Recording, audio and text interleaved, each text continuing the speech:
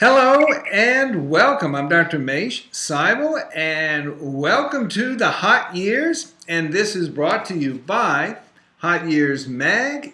You can find that at hotyearsmag.com. And in this discussion, we're going to have a very interesting dialogue going on between myself and Josie Gardiner. Now, if you do not know who Josie Gardiner is, you're going to enjoy figuring that out over the next few minutes. And I don't want to be a spoiler because I want her to tell her story. But basically, she's a woman who got started in exercise and dance. She then had some medical issues that came up, had a little less energy than she did in the past, and then turned her dance and exercise prowess into something that you probably have heard about all over the place, but hadn't yet come to realize Josie Gardiner was behind this whole thing. So I want to introduce you to Josie and welcome. Thank you. It's good to be here today. Well, first of all, go ahead. No, you go ahead. I want to ask you, tell me about, first of all, back in the day, your dance career. Tell me what you were doing with dancing and how you got started in dance and so forth. Well, for 11 years, from the time I was 11 till the time I was 21 years old, I danced with the Cambridge School of Ballet, and then I studied at Boston Ballet for 11 years and studied under Balashine as well when he was there during the time of Virginia Williams. And then I pulled a groin muscle, and that sort of curtailed my ballet career. Wow. I went off to college, and I played a lot of sports, varsity field hockey, varsity lacrosse, and varsity basketball. So I started doing sports that I had never really done before because I was always dancing. Mm-hmm. And then I got married very young at 23, and my husband was stationed in Panama for a year, and then we came back. He went to Harvard Business School, and then I went back with him to work. He worked for an investment company in Lima, Peru for about 4 years. While I was there, I had a baby, and I was out of shape. I thought I was out of shape, so I went to the Monterey School of Ballet and started dancing with the Monterey School of Ballet, just taking classes to get back into shape. They asked me if I would consider teaching a dance exercise class for all of the expatriate United States women that were there. And I said, sure, even though I had no idea what I was going to do. And that was in 1976. And that was before the word aerobics. So I started teaching a dance exercise class that I made up. And after we moved back to Beverly Farms, Massachusetts, I had many friends ask me if I would teach a dance exercise class. So I found a 900 square foot spot in Beverly Farms. Uh-huh. And I opened a studio in 1978. And within about 4 months, I had 350 students. Wow. Who came 2 or 3 times a week, and I had that studio for about 17 years. But in 1985, I went to work for Reebok and became a master trainer for Reebok International, and was on the original team that was making up step, and we made up walking programs and stretching programs and flexible strength programs. And so we developed all the programs and wrote the manuals. And with step, 13 of us sat in a room and made up step, and then we wrote the manual and we did the trainings worldwide. So for 25 years I was with Reebok, and I hooked up with a wonderful woman named Joy Prouty, who was actually a Rockette. Yeah, this is the ones that kick their legs in Radio City Music Hall and all that. Exactly. And she just went to her 50th reunion of being a Rockette, and Joy is going to be 70. She's 76 years old now. Uh-huh. And Joy and I worked together on many projects, but deep in our heart was always really 50, 60, 70, 80 plus markets. So we've been, for the past 25 years, developing exercise DVDs, music CDs for instructors, cheer programs, light aerobic programs, and with the American College of Sports Medicine Healthy Learning Series, we did 8 DVDs for Fit Over 50. So we've been in this industry, and now we feel like we are really in the right spot at the right time as the baby boomers are aging. Yes. So we've been teaching and developing programs. And then 10 years ago, we got asked by Zumba, the Zumba International, the dance company, if we would help develop a program called Zumba Gold.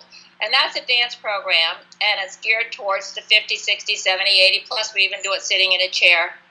And we developed the program with Beto Perez, the head dancer. And so that program is owned by Zumba International. But now, worldwide, we have over, I think we've trained almost 50 to 60,000 instructors worldwide. And we have 40 international trainers teaching that program. So it's a great program because everybody wants to dance, and this program is for everybody. It's really one of the programs that if you say Zumba or Zumba Gold, people know what you're talking about pretty much across the country and even across the world for that matter. But we're in 189 countries, so we have over 12 million people a week doing Zumba. Wow. So it's huge. I have to tell you, full disclosure, now how I came to meet Josie is she is teaching where my wife goes to the gym, and she says that I have this teacher, she's amazing, and she says the problem is I don't know how to even keep up with this stuff. It's going, she's like going like, ah, she's like everywhere, and she says, but she's amazing. And then after she talked to you, she got an understanding of the contribution you've made really to the health of the country, because you've impacted women's health in many ways, mostly women. There's some guys that come in, but it's mostly women and midlife women who are keeping in shape and really finding joy in keeping in shape, which is a tough combination to put together, enjoying and getting in shape. A lot of people think going to the gym is kind of unpleasant, and you have something that you've developed that really makes it fun and incredibly invigorating and in a way to keep in shape. Now you yourself, go ahead. In terms of the class I teach at Equinox, the class is, and I've been teaching this class for about 10 years, I've sort of taken a little bit of yoga, a little bit of Pilates, a lot of dance moves, and a lot of strength moves, and balance and stability moves, and combine them into a flowing class we call core synergy or core strength. And it's geared, every movement pattern is a reason why I do the movement pattern. And I'm not just doing things. And I'm trying to really focus on core strength, on glute strength, on balance strength, on leg strength, because as people age, if they have strong legs and flexible ankles, they're going to be able to get up and down off a chair for the rest of their life, or out of a bathtub, or off the floor. Off the floor. If they fall, they can have mobility. There's so many women who are older now who, when they fall down, they have to push a button because they literally can't get up off the floor. Are you able to keep your computer, is that a computer or phone, because it's moving quite a bit? Are you able to keep that in a one spot? Yeah, put it down where it's stable. That's great. I'm holding it. That's a problem. Ah, okay, yeah. There you go. Perfect. So in terms of the health aspect, in 1997, I was 51 years old, and I was diagnosed very quickly in a week with uterine cancer, and a very aggressive form of uterine cancer. And so I was going to be at a Reebok training program for Psycho Reebok in LA, and so I went to see my gynecologist, and he said, I'd seen him a week before with a normal pap smear, and he said, well, I'm just going to do a biopsy because you're going away and I don't have time to do an ultrasound. And that was on a Friday, and on Monday he called and said, no, you're going to have surgery on Thursday. I've already scheduled you. And so I had, and you're a doctor, so you'll know, I had a papilloserous carcinoma, and I had a radical hysterectomy 5 days later. And because of the type of tumor, they decided that they would do full torso radiation for 8 weeks. And then, so this was 21 years ago, and then I had internal radiation in the hospital. So when I finished that treatment, I was so weak and had lost so much weight that I couldn't even dry my hair. And so for the first time in my life, I was not a fit person. I'd always been a dancer, an athlete, a trainer. And it was an interesting experience because I think I learned what it was like not to be fit for the first time in my life. I had a real empathy for that. And when I went back to start training again, I realized that even my senior class that I've been teaching for 35 years at Boston Athletic Club, they were saying, you know, now the class wasn't too hard for them. I realized that I sort of realized how I had to lay out a class so that everyone could do it and be successful. So I changed as an instructor of that. It really changed me. And I wanted to do something to give back. And so what I did was I was asked by American College of Sports Medicine at a regional meeting to give a lecture on getting back after cancer with exercise. So I went to the meeting to give the lecture, and about 400 people piled into the room. And I realized, oh my God, I really don't know what I'm talking about. I'm a fitness trainer, and I know how to train people, but I never expected this many people, to be in a room. So I thought, well, if I'm going to really develop a program like this after the talk, I need to be involved with a physician. And Patty joined me as a team, and we had a medical writer, Francesco Cultura, join us. And we created a team working with Dr. Carolyn Kalin, who was the head of the breast center at the Brigham, youngest doctor in the world to ever be the head of a breast center. So she got the picture that she wanted, after she had operated on her people, she wanted them to have a higher quality of life, and she wanted to offer them not just the operations over and never see them again. She wanted to offer a program to help them get back into shape. And she wanted that program to be accessible to everybody and not for a lot of money. So we started working on our first book, Breast Cancer Survivors Fitness Plan.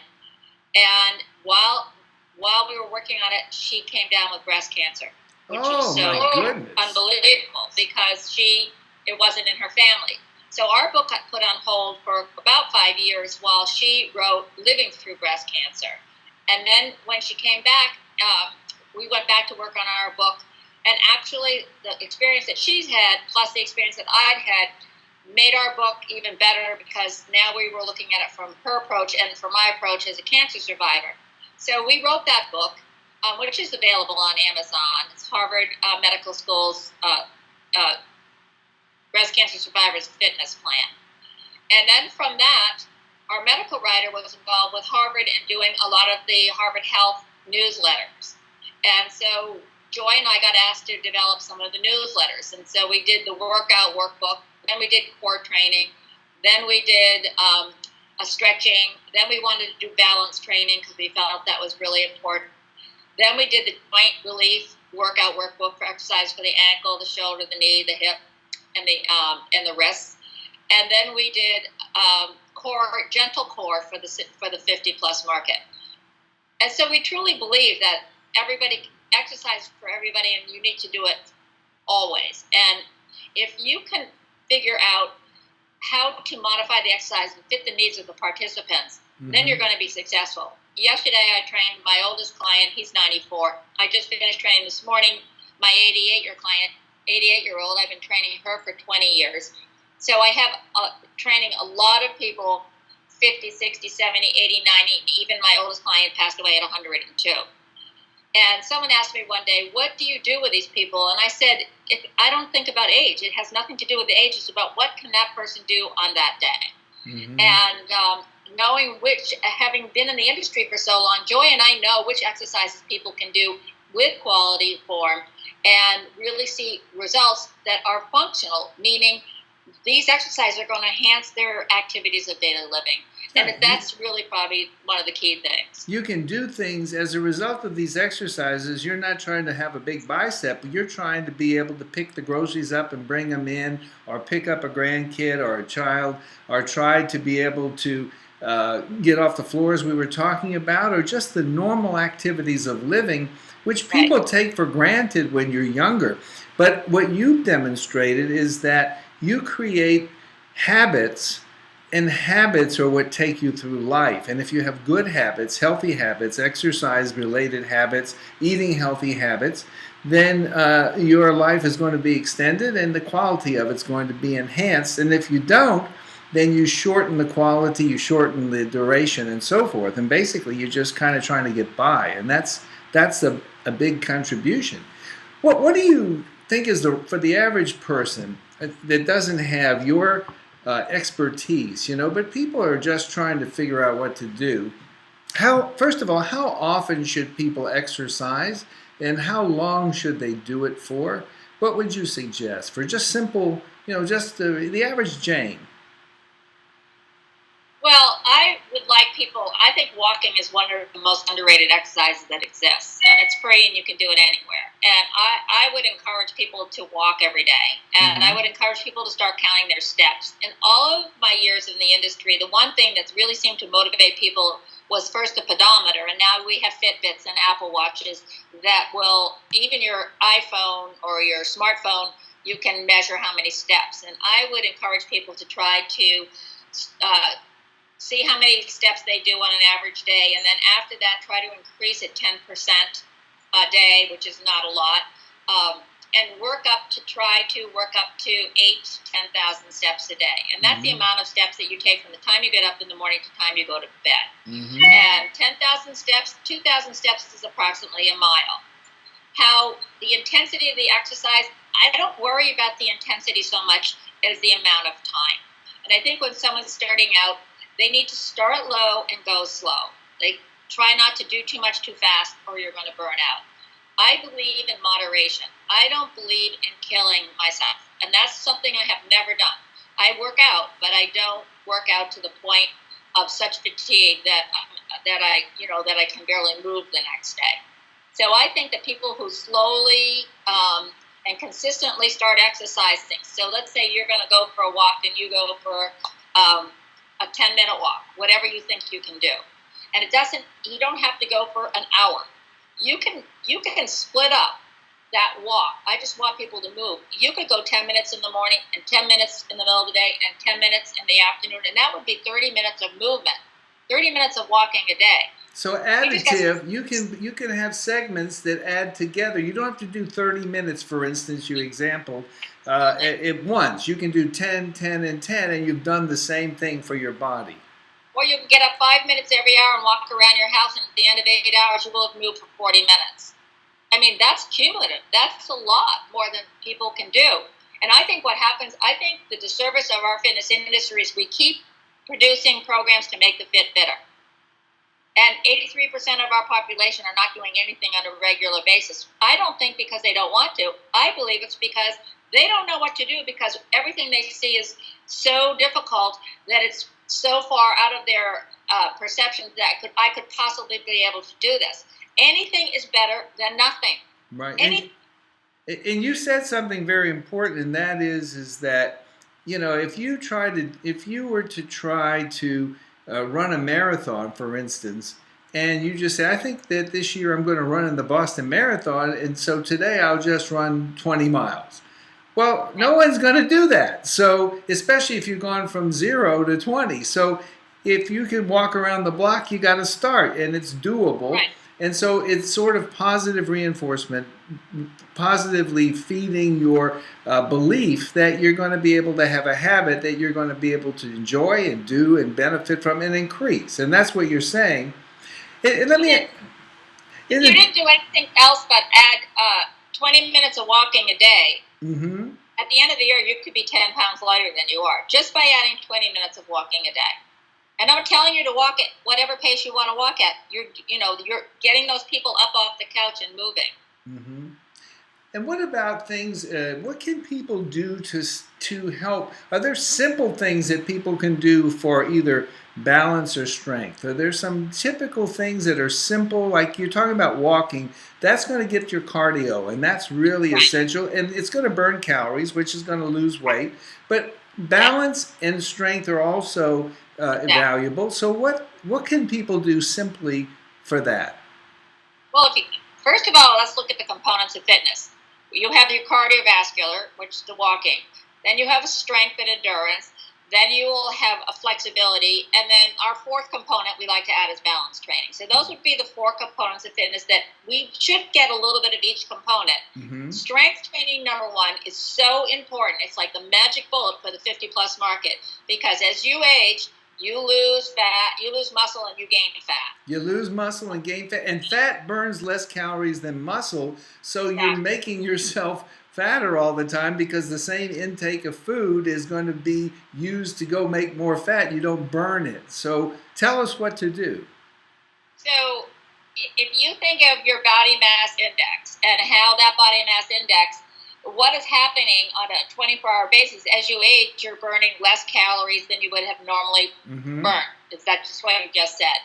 So women don't understand why all of a sudden they have 10 pounds around their middle when they are doing the same amount of exercise and they're eating exactly the same. What they need to understand is that their metabolism has slowed down. Yes. So that number of calories they're not normally burning is what's adding that weight to their midriff. 3% a decade. Your metabolism goes down about 3% a decade. So exactly. So you can eat less and move more, but that's harder to do for people who are already eating a good diet and active. Strength training is like the magic bullet, because if you do cardiovascular exercise, you go out for a walk for 45 minutes, you're burning those calories. But when you come back and you sit down, your metabolism is going to go back to the rate it wants to be at. But when you start strength training and you create more muscle, you can increase that calorie burn up to almost 24 hours a day. So as women age, strength training is probably one of the most important things that they can do. Is there a simple strength thing that people, is there like one or two little simple things that people can incorporate into their day that they could use? Absolutely. If I told you to do one exercise for the rest of your life, I tell you to sit in a chair and stand up and sit down and stand up and sit down and stand up. That would be the exercise for the rest of your life. If they did that 10 times in the morning and 10 times at night, 20 times a day, or even starting with 5, if they only can do 5, that's fine. Then they work up to 10. They're going to keep their legs strong. They're going to be doing essentially a squat. So that's a very important exercise. Another important exercise would be, if you could buy some free weights, you can even use some Campbell's soup cans at home if you can. But you could do some simple exercises for your. You want to do. I like to do exercises that are going to strengthen your back, because if you think of us in everyday life, we're hunching forward, we're on the computer, and as people age, they start hunching forward. So I think it's really important to strengthen all the muscles of your back, because those are your postural muscles that are going to help you stand up straight, taking all that weight off your bladder because you're not hunched down anymore, which is an important thing for an aging person. And also, so you could do some simple exercises like a back fly, sitting in a chair, just pick up 2 weights, do a back fly. You could do shoulder raises, over the head raises. I don't like to do those with my clients because I think the risks outweigh the benefits, because the shoulder joint is the most unstable joint in the body, and everyone's got a rotator cuff. But if you can strengthen it by lifting your hands to the front, lifting your hands to the side, you can strengthen your shoulders under 90 degrees without risking the joint and the rotator cuff. Rotator cuff exercises are, a little tubing. You can hold it. You get one of those little tubings. You can buy them at Marshall's, and you hold it in front of you and pull out, so you're strengthening all those postural muscles in the back. You can put the tube in front and push it forward, so you're stretching your chest. There are simple exercises that you can do. But if you don't have any equipment at all, pick up some Campbell's soup cans and use those, and do a bicep curl with a Campbell's soup can. But you could hold on to a counter. And I think strengthening all the muscles around your hips and your glutes is really important for strength training and for balance training. I think, it's all about the glute. Stand on hold on to a counter and just do a side leg lift or a back leg lift. Turn sideways and do 10 knee lifts. Do a soccer kick 10 times, holding up. Hold on to the back of the chair and do heel raises, lifting up and down, so you're strengthening the calves and keeping your ankles flexible. So all of those, like strength training, when you're lying in bed, bend your knees and squeeze your fanny and buttocks and lift them up in the air. It's called bridging. You can do that one in bed for the rest of your life. So these exercises, if I were going to give you 4 exercises, I would do stand up, sit downs. I would do bridging. I would do on your hands and knees, if you can do that, opposite arm and leg raise. So I'm working your core. They call that like the dog that goes, The bird dog. The bird dog, yeah. You lift your right arm and your left leg, and then you put it down. You lift your left arm and your right leg, and so forth. And I'm not sure if you can do a plank or not, but you can do a plank on your knees. Planks are a very core strengthening exercise. It does not take a lot to do some exercises. And I would do 10. You could do 15 repetitions of each of those exercises, and you could do those 2 to 3 times a week, that would be terrific. They say strength training would ideally you could do it 3 times a week with a day of rest in between. Mm-hmm. It's important to have that day of rest in between. So Monday, Wednesday, Friday, you could strength train. 5 days a week, you could go for a nice walk. And flexibility exercises, simple stretching exercises are important. And I think the key is not to stretch when your body is cold. And a lot of people say, I stretch as soon as I wake up. Well, your body is cold and your muscles are cold. So I say your muscles are like a piece of bubble gum. You can't just stretch a piece of bubble gum until you've chewed it for about 10 minutes. So get up and move around the house, take a hot shower, dance to a few songs on the radio, then do some stretches, but not until you're warmed up. Mm-hmm. And so flexibility exercises like just lying on your back and putting one leg in the air so you're stretching your hamstring, or put one foot on top of one knee and then pull the legs up so you're stretching through your buttocks. Really, it's called the letter 4 stretch. Very important stretch. You kind of cross your left leg over your right knee and then put your hand through your thigh and pull back on your. Exactly. It's called the letter 4 stretch. I call it the pretzel stretch. It looks like a pretzel. Very important stretch. Or just both knees lying on your back with both knees bent, your feet on the floor. Just drop both knees to one side so you're getting some stretching for your back. Mm-hmm. Or on your hands and knees, round your back up like a scared cat and then relax it so that you're getting some mobility in the back. So stretching exercises, people can go onto Google simple stretching exercises. You can Google exercise, simple strength training exercises. A lot of the Google sites will give you very simple exercises so that you can have pictures of them and they're free. That's why we did all the Harvard Health Theory books, because each book has it must have about 60 to 70 exercises in each book. Mm-hmm. And then for balance training, really important. Walking a narrow path, like you're walking a tightrope. Also, an exercise where you would be lifting up on your toes, heel raises, because we want to strengthen the ankles. Another one would be a single leg stance. And anybody can stand at their kitchen counter and try to stand on one leg for up to 60 seconds, even with a finger on the counter. Don't try it alone if you're not, without holding on to something. But I say when you're at the grocery store and you're waiting to pay for the groceries, stand on your weak leg. Try to stand on the leg for at least, try to work up to 60 seconds. So many of the exercises I do in class when I have them do bicep curls, they're standing on one leg during the whole 30 seconds of the bicep curls. So I'm trying to challenge them. Standing tandem with one foot in front of the other you have to engage your inner thighs, and the inner thigh is one of the most important muscles to keep strong in terms of balance, because it crosses at your pelvis and stabilizes your gait when you walk. So you could put a ball between your knees and squeeze and release. You can buy those little balls at CVS and just squeeze and release, or any inner thigh exercise, really important for balance training. Well, we're about out of time, but I want to just ask you, as a closing thought, if you were going to give women, particularly mid-aged women and beyond, one bit of information that you've learned that you think would be valuable to pass on to them, what would you tell them?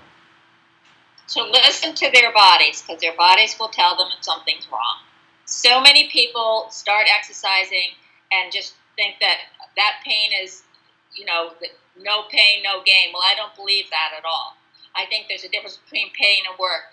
And it's really important to listen to your body, because your body will tell you if something's right. If something feels wrong, readjust your position, try it again. And if you still don't like it, don't do that exercise. Move on to another exercise and you can get some expert to help you. But I think people do not listen to their bodies. Their bodies will tell them if something is not right for them. It's really awesome. And tell the name of your book again. The book with the Harvard Medical School is Harvard Medical School's Breast Cancer Survivor's Guide to Fitness. And it's with Dr. Carolyn Kalin from the Brigham and Women's Hospital. She was the doctor on the book.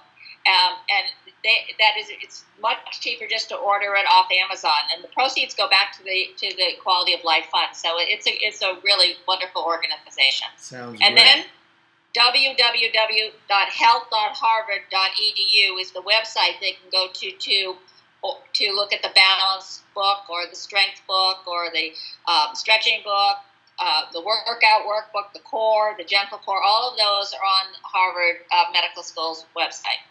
Thank you. I want to remind you that you've been listening to The Hot Years, and it's brought to you by hotyearsmag.com. And I hope you'll go there and you can get the magazine for free. And you can download it to any digital device and start getting information from it at that time. I want to really thank you, Josie, for spending time with me. You're a very inspirational woman who has a lot to offer. And I really thank you for taking time to share your wisdom with me today.